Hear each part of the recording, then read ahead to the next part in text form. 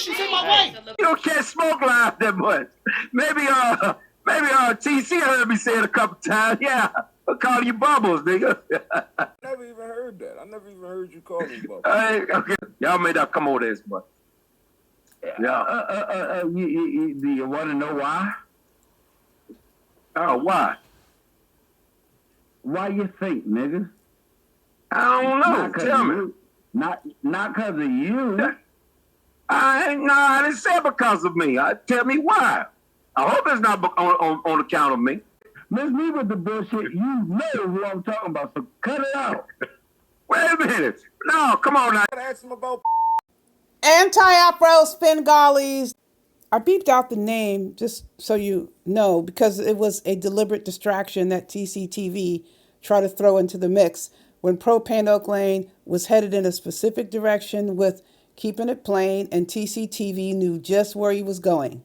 The two biggest cowards in that Umar Johnson sector, Propane Oak Lane and TCTV. Let me show you how this little clip connects. You walked towards me. I'm trying to leave. She's in my way. Hey. She's in my way. Go! You never asked me if you could go. Go! I ain't gotta ask you shit. Well, go, bitch. Yeah. This dude threw all this stuff on the lawn. Said he paid for it. He can't walk down some stairs. And he's telling the cops, she's standing in my way. That's a scapegoat attempt. That's what Propane Oak Lane is doing. She's in my way. Whether it's coming or going, he's blaming me for not going to Smoke's channel. Are you serious?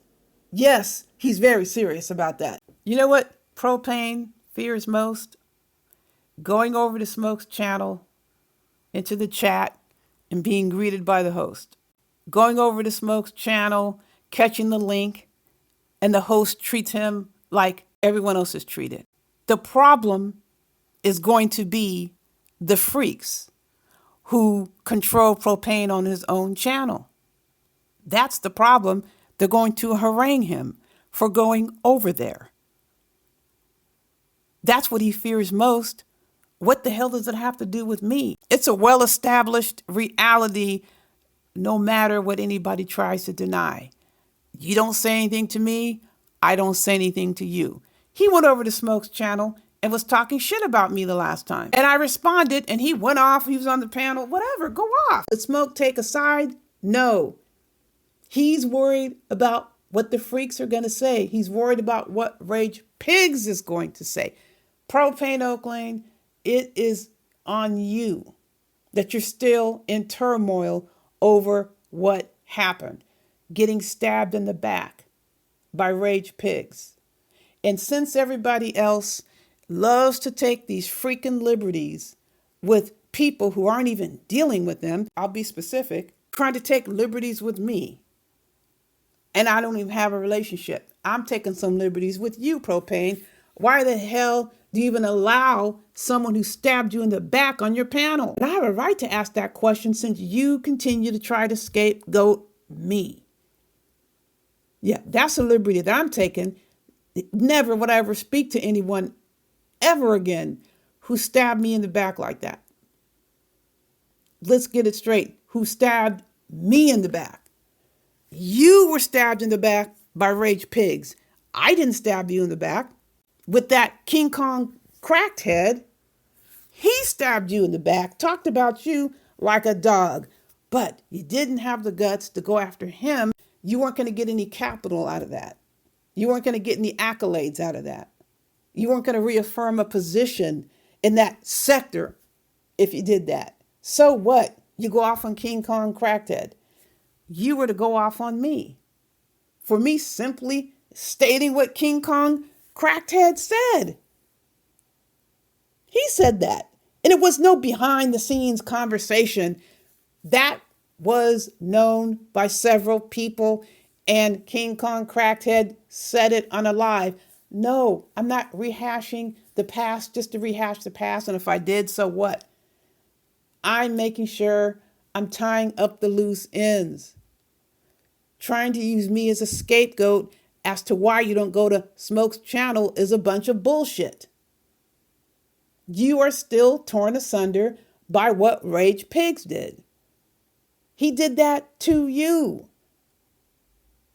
Kip didn't do it. Smoke didn't do it. Breaking the Culture didn't do it. I didn't do it. Rev G didn't do it. But he decided it was better for him to continue attacking us and Rev G by calling Rev G Eddie Long.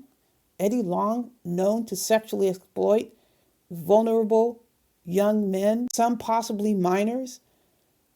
And my friend has no such reputation, but that earns you accolades, praise, reaffirmations. But you can't stand up to the backstabber who betrayed you in the worst way. But you can't stand up to the backstabber who continues to hound you.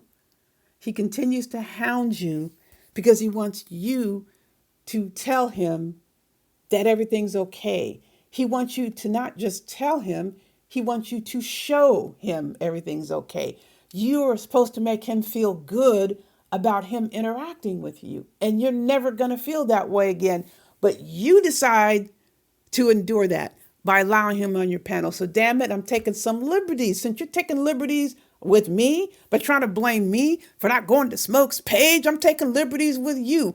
You are a fool for ever having any conversation with anyone who did that to you. That is the liberty I'm taking with you, Propane, since you're taking all these liberties with me. I'm not standing in your way, and there's no way you can guilt trip me. You're supposed to be a grown-ass man. For God's sake, show it. Quit trying to blame other people for shit they didn't even do to you.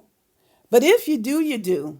Anybody with any self-respect is not going to accept it. The main point I'm pushing through here is that I fully recognize what's going on here, and I'm just calling it for what it is. You can't handle the fact that you would be treated with decency like everyone else on Smoke's page. That would not be acceptable because you would be harangued. I mean, imagine, people, imagine you are being criticized because you were treated with decency and you had a cordial interaction with someone. But you go back to a space where they claim they're down with you and they ridicule and harangue you because you had a positive experience without their approval. That's the situation that you're in, Propane. That's not my fault. It's not Kip's fault. It's not Smoke's fault. It's not Rev G's fault.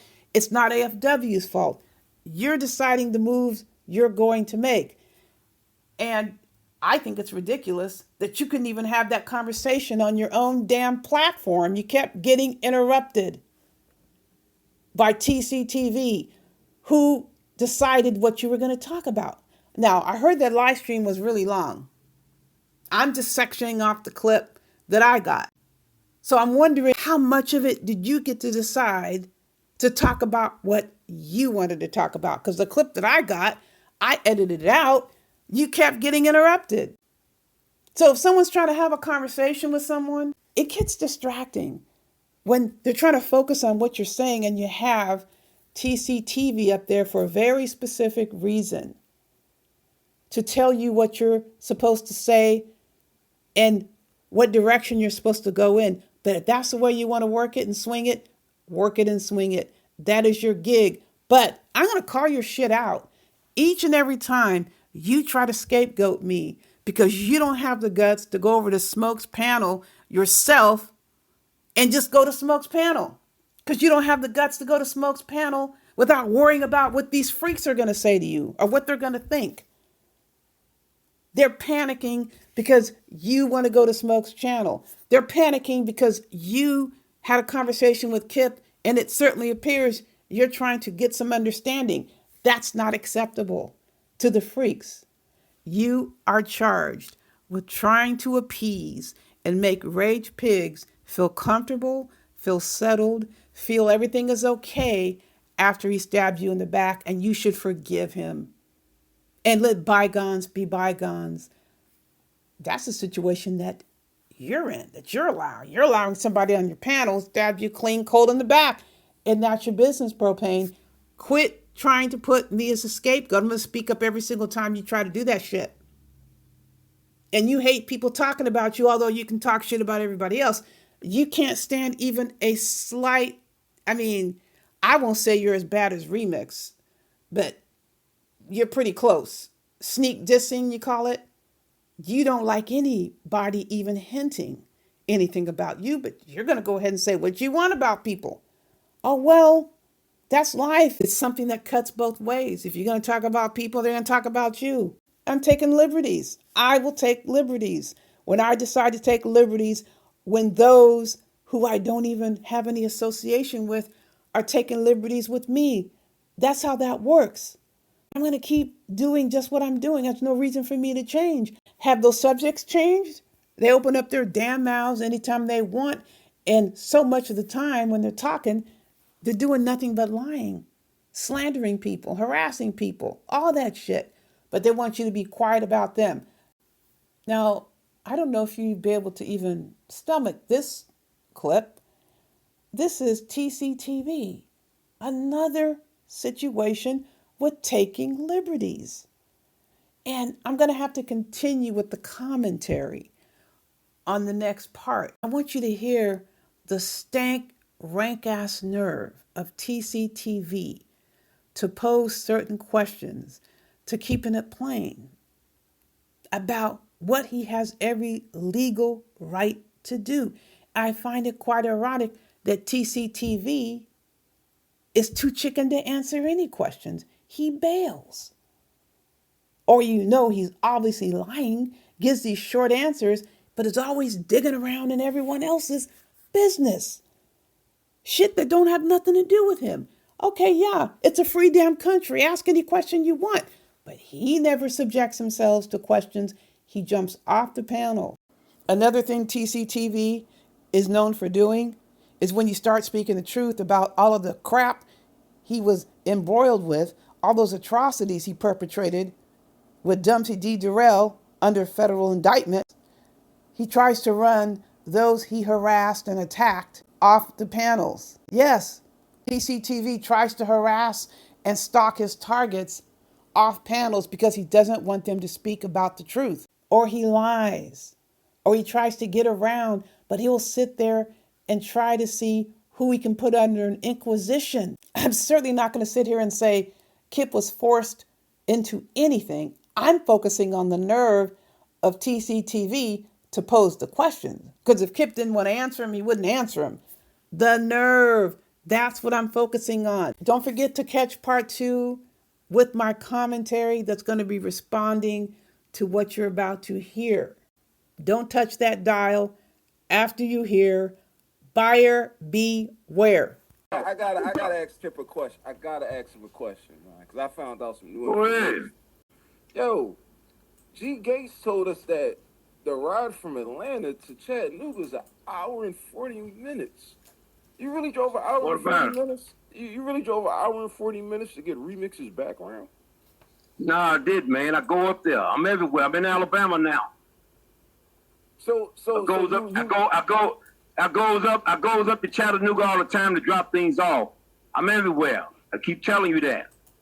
So now that are you going to visit Remix? Because if you went Chattanooga all the time, you would have been better off just going to pay that man a visit. What about visiting? What I need to visit him for? So you just wanted to get us out.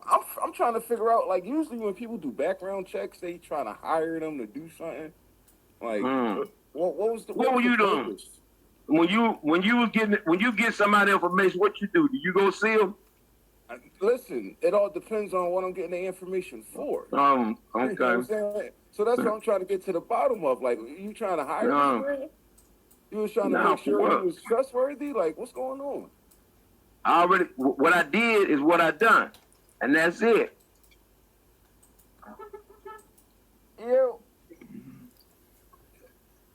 Yeah, but I mean, my God, like, so, like, what was you like when you was driving to the courthouse? Like, Did you hear what I just said?